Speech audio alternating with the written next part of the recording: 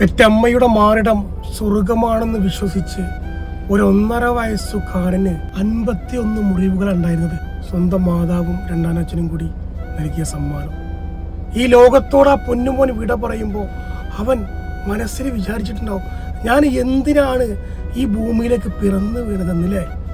എന്നാൽ ഇന്നലെ UP-യിൽ ഇതുപോലെ തന്നെ ഒരു പിഞ്ചു കുഞ്ഞിനെ നിലത്തടിച്ച് കൊന്നവനെ അവിടുത്തെ പോലീസ് അങ്ങ് തീർത്ത്. എനിക്ക് നമ്മുടെ കേരള പോലീസിനോട് പറയാനുള്ളത്, എന്തിനാണ് ഇതുപോലെ നായിന്റെ മക്കളെയൊക്കെ ഈ ഭൂമിയിൽ ജീവിക്കാൻ അനുവദിക്കണത്? അവരൊക്കെ ആ നിമിഷം തന്നെ അങ്ങോട്ട് ഷൂട്ട് ചെയ്ത് കൊന്നൂടെ? ഞങ്ങളുടെയൊക്കെ നികുതി പണം കൊണ്ട് നല്ല ഗ്ലാമർ ആക്കിയിട്ട് എന്തിനാണ് അവനൊക്കെ തീറ്റിപ്പോറ്റുന്നത്? ആ നിമിഷം തന്നെ അത്തരം നീചന്മാരെ അങ്ങോട്ട് ഈ ഭൂമിയിൽ നിന്ന് തീർത്തൂടെ? നിങ്ങൾക്ക് ആരാ നിങ്ങളൊക്കെ ചോദ്യം ചെയ്യാം? എന്നാൽ നെടുമങ്ങാട് നടന്ന ആ ഒരു സംഭവത്തില് ആ നാട്ടുകാരോട് പറയാനുള്ള എന്താ അറിയോ, നിങ്ങളാണ് യഥാർത്ഥത്തില് നന്മയുള്ളവര്. അത്രയും തിരക്കിനിടയിൽ അത്രയും പോലീസുകാര് VIP പരിഗണനയും കൊടുത്ത് ഹൈ സെക്യൂരിറ്റി ആയി കൊണ്ടുമ്പോഴല്ലോ ആ നാട്ടുകാർ ഒരുമിച്ച് നിന്ന് അവന്റെ പുറം പൊളിച്ചില്ലേ? അവനൊക്കെ ശരിക്കും അവിടെ തീർക്കണം. കാരണം എന്താ അറിയോ, അവനൊക്കെ എന്തിനാ ഈ ഭൂമിയിൽ ജീവിക്കണത്? പോലീസുകാരോട് പറയണം എന്താ അറിയോ, എനിക്കറിയാം, ഈ നാട്ടുകാർക്ക് അറിയാം, ലോകത്തിനറിയാം ഒരു നിയമവ്യവസ്ഥയിലാണ് നിങ്ങളെ പ്രതിയെ ഇങ്ങനെ കൊണ്ടുവരുന്നത്. പക്ഷെ ഇങ്ങൾക്കും മക്കളുണ്ട്, ചിന്തിച്ചോളി. അവനൊക്കെ തുറന്നു വിടണം, ചാടിപ്പോയി കയ്യിൽ നിന്ന് പറഞ്ഞിട്ട് ഒഴിവാക്കി വിടണം.